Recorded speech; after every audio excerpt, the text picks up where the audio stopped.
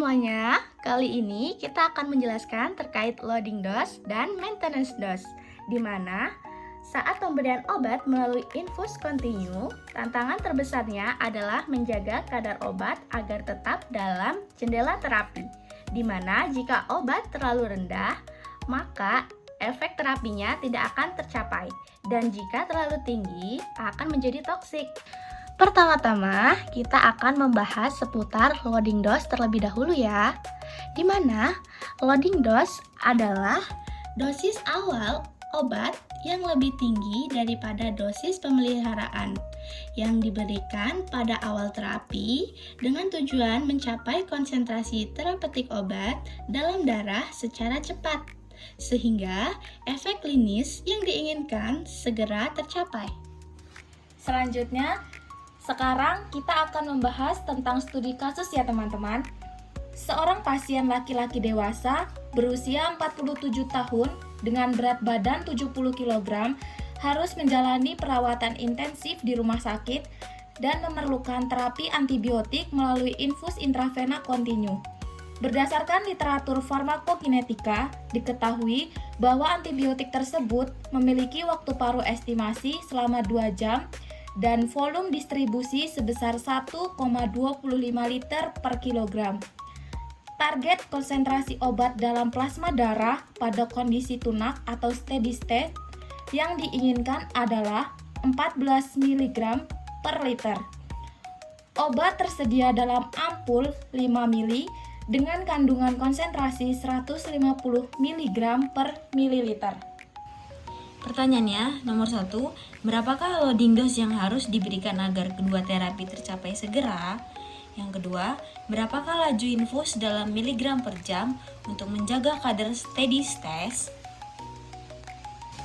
Setelah menganalisis soal, dapat diketahui bahwa berat badan pasien yakni 70 kg dan T setengahnya yakni 2 jam dan VD-nya yakni 1,25 liter per kilogram dan CSS target yakni 14 mg per liter, konsentrasi sediaannya 150 mg per mililiter dan V pengenceran yakni 500 ml, faktor tetes yakni 60 tetes per mili dan T-nya yakni 24 jam. Setelah diketahui semuanya, kita akan menghitung konsta eliminasi atau K. K sama dengan 0,693 dibagi T setengah sama dengan 0,693 dibagi 2 jam sama dengan 0,3465 jam. Kemudian tahap yang kedua, kita akan menghitung VD total. VD adalah volume distribusi total, di mana rumusnya adalah VD total sama dengan VD dikali BB. BB di sini yaitu berat badan pasien, di mana VD-nya diketahui dari soal yaitu 1,25 liter per kg dikali dengan berat badan pasien yaitu 70 kg dan menghasilkan nilai 87,5 liter. Nah, selanjutnya tahap ketiga kita akan menghitung loading dose, di mana rumus loading dose di sini yaitu ada CSS dikali VD total. VD total yaitu jumlah yang sudah kita hitung di sini tadi ya teman-teman.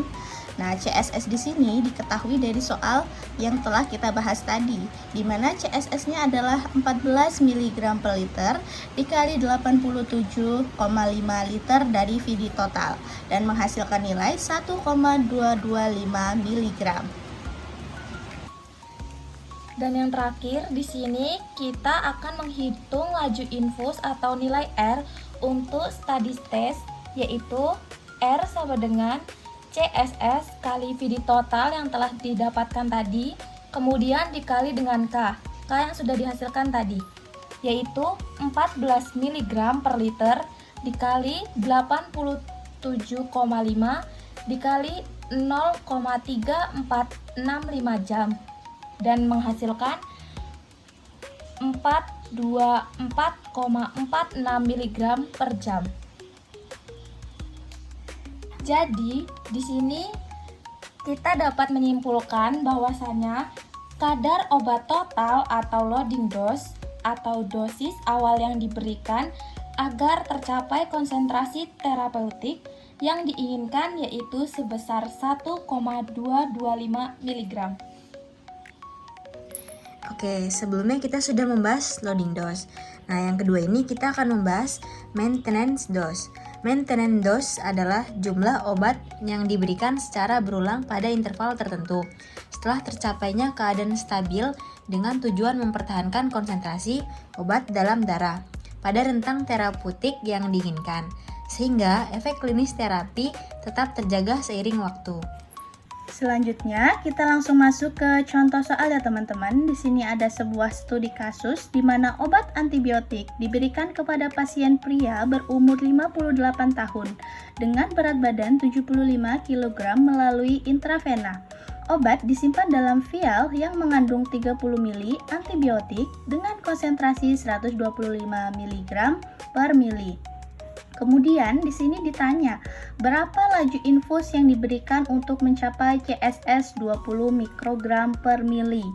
Sehingga dapat dianalisis dari soal ini, sehingga diketahui CSS target yaitu 20 mikrogram per mili, volume distribusi atau VD 37,5 liter atau 35.000 mili, dan waktu paruhnya yaitu 3 jam.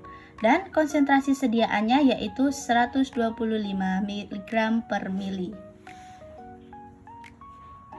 Kemudian langkah yang pertama yaitu kita akan menghitung konstanta eliminasi atau nilai K-nya. Di sini nilai K-nya sama dengan 0,693, yaitu ini nilai ketetapannya, dibagi T setengah atau waktu paruh. Maka didapatkan 0,693 dibagi 3 jam, yaitu menghasilkan 0,231 per jam.